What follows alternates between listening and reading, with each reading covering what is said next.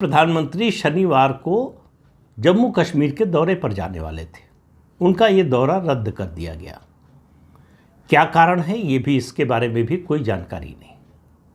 उसके अलावा गृह मंत्रालय की जो खबर आ रही है उसके मुताबिक लगभग एक हफ्ते के सभी कार्यक्रम स्थगित कर दिए गए। अब ये ऐसी खबरें हैं जिनकी कोई पुष्टि या खंडन करता नहीं है। इनके कारणों के बारे में कोई बताता नहीं है और पता चलता नहीं। ये जो सरकार है प्रधानमंत्री नरेंद्र मोदी की, इसमें सूचनाएं मिलना बहुत मुश्किल, कहना गलत होगा, असंभव सा है। तभी सूचना मिलती है जब सरकार देना चाहती है या पार्टी देना चाहती है, तभी आपको जानकारी मिलती है। फैसला अंतिम क्या होने वाला है ये आपको मालूम है कि सिर्फ 2 लोगों को पता होता है। विचार विमर्श जब होता है तब बहुत से लोगों को ये अंदाज़ा लगता है कि किस विषय के बारे में चर्चा चल रही है या किस विषय के बारे में फैसला हो सकता है।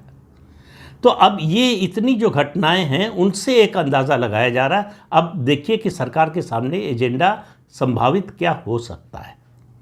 पहला सबसे जो ताज़ा है और सबसे ज़्यादा चर्चा में है, पश्चिम बंगाल में जो हिंसा हो रही है।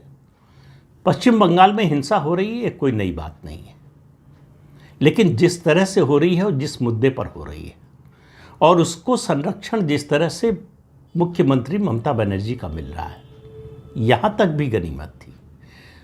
ममता बनर्जी वो देश की पहली मुख्यमंत्री हैं जिन्होंने सार्वजनिक रूप से ये आरोप लगाया कि केंद्रीय बल, बॉर्डर सिक्योरिटी फोर्स, जिसकी जिम्मेदारी सीमा की सुरक्षा की है, उसने पश्चिम बंगाल में बांग्लादेश से दंगाइयों को आने दिया, उन्होंने दंगा किया और फिर बॉर्डर खोल दिया, उनको जाने दिया।